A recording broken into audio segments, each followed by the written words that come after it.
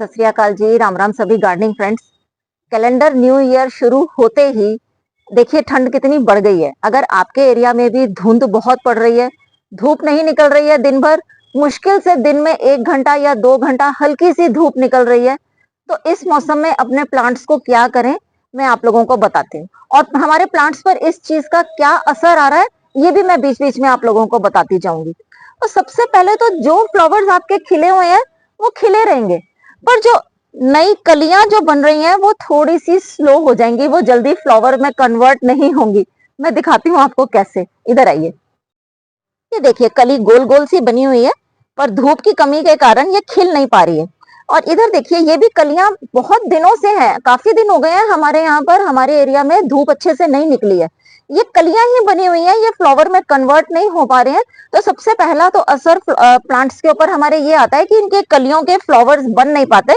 तो इस टाइम पर आपने अपने किसी भी पौधे में कोई बहुत ज्यादा खाद या कोई फीड या कोई फर्टिलाइजर या कोई ट्रीटमेंट करने की जरूरत नहीं है। वो ठंड से बचने की कोशिश कर रहे हैं, वो जैसे हैं जिस हाल में है उन्हें वैसा ही रहने दीजिए। और हर चीज को उठाकर शेड में या कहीं ग्रीन नेट के नीचे या प्लास्टिक का अगर आपने पॉली हाउस बनाया है तो वहां पर शिफ्ट करना हर प्लांट को मुमकिन नहीं है, पर फिर भी मैंने एक छोटी सी कोशिश की है, मैं आप लोगों को दिखाती हूँ। मेरे छत के इस वाले एरिया में मैंने अपने काफी सारे इंडोर प्लांट्स लगाए हैं जो गर्मियों में ग्रीन नेट के नीचे रहते हैं, जहां पे मनी प्लांट की वैरायटीज है मेरे पास, मॉन्स्टेरा है, सिंगोनियम की वैरायटीज हैं। तो मैं आपको दिखाती हूँ। देखिए अब मैंने ग्रीन नेट के साथ ही इसको मैंने ये शीट लगा के थोड़ा सा पॉली हाउस बनाने की कोशिश की है जुगाड़ करके। तो यहाँ देखिए अंदर प्लांट्स है मेरे, इधर आओ बेटा, ये देखो। तो ये मेरा इंतजाम है, थोड़ा सा जुगाड़ है।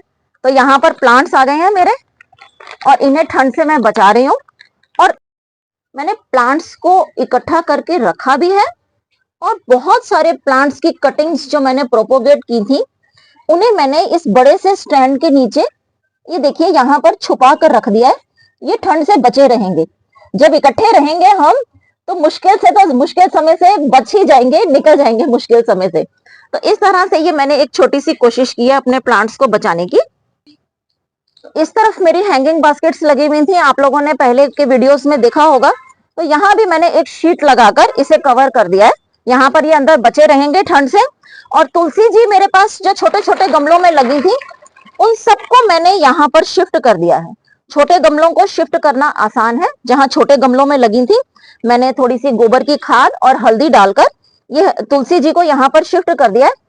ये देखिए लेमन ग्रास भी मेरी यहीं पर पड़ी है, जो अच्छी खासी इसकी ग्रोथ थी उसको मैंने धो के सुखा के डब्बों में भर के रख लिया है, रोज उसका यूज कर रही हूँ चाय में।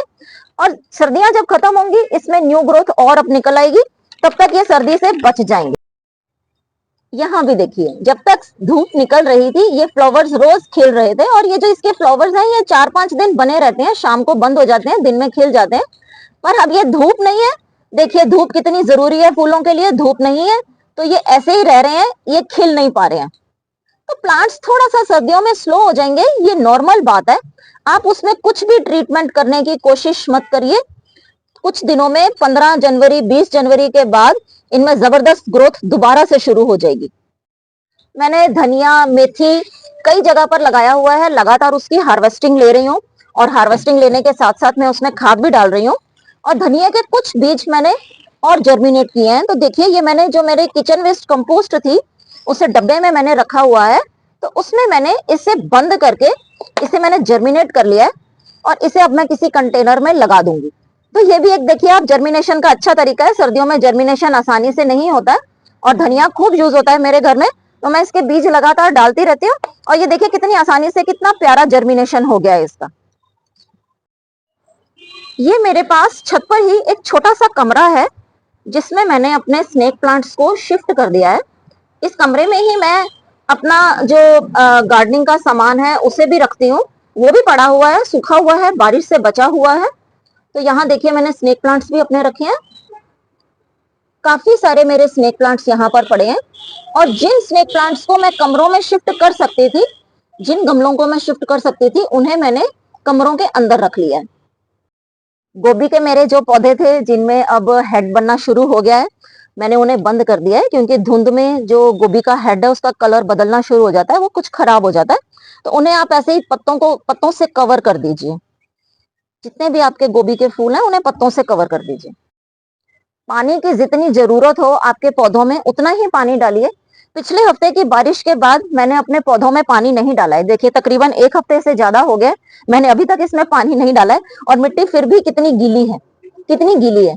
और ये काफी दिनों पहले मैंने एक कैलेंचोई के जो फ्लावर्स हैं इनकी कटिंग्स लगाई थी।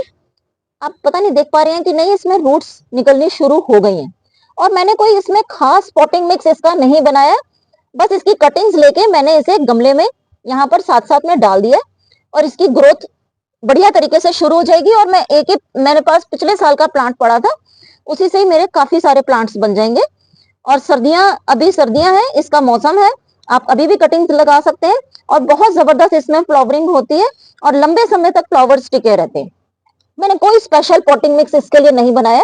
आसान तरीके से गार्डनिंग करिए, अपने गार्डन को समझिए, सर्दियों में थोड़ा सा उसका ध्यान रखिए। कोई भी उसमें फीड मत डालिए, जब पानी की जरूरत लगे पानी डालिए। जिन पौधों को आप बचा सकते हैं प्लास्टिक के कवर में रख सकते हैं, उन्हें प्लास्टिक के कवर में रखिए। मिट्टी में ट्रीटमेंट करने का या कोई एक्स्ट्रा खाद डालने की जरूरत नहीं है। कुछ दिन रुक जाए, जब ये सर्दी जो भयंकर ये सर्दी पड़ रही है, जब ये मौसम निकल जाएगा, धूप निकलने लग जाएगी, अपने आप कलियां खिलनी शुरू हो जाएंगी और पौधे अपने आप में बढ़िया ग्रोथ करेंगे। तो आप बस अपने पौधों का ध्यान रखिए, छोटे छोटे टिप्स फॉलो करिए और गार्डनिंग करते रहिए। ठंडे मौसम से आप नहीं घबराइए, आपके पौधे भी नहीं घबराएंगे। जल्दी ही अगले वीडियो में फिर मिलते हैं। राम राम जी।